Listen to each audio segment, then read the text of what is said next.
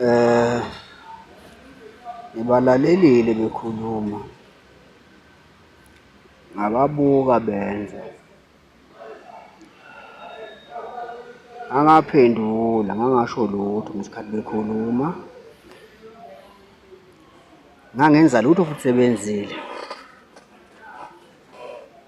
Ngaqhubeka ngahlala kanje ngoba ngihleli ngama nje ngafulathela ngabheka le.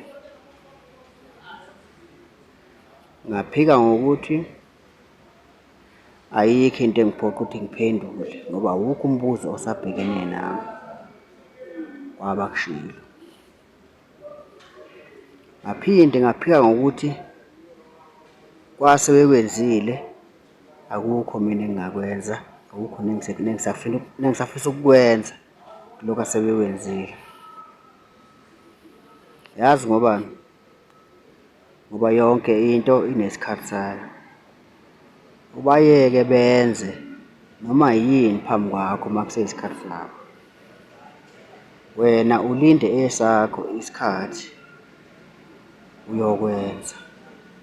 Ngesikhathi wena uwumbukeli, ubukela benza, nangesikhathi nawe wenza, ziyoba khona futhi iy'bukeli. Khumbula ukuthi awukho umdlalo ongenay'bukeli.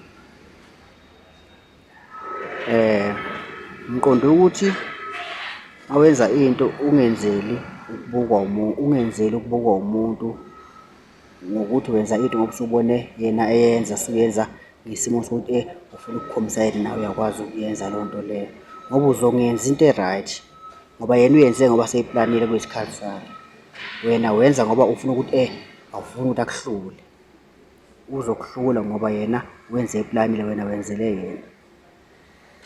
Linda nawe esakho isikhathi esi-right ukuze uzokwenza into enhle nawe usiyibuka abanye ababekhona ngaleso sikhathi uyenza.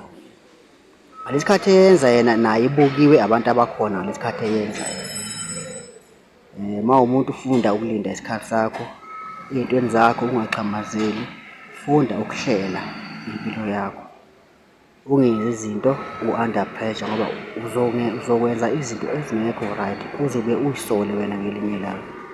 La mazwi madala, makhulu, afuna umuntu ovulela.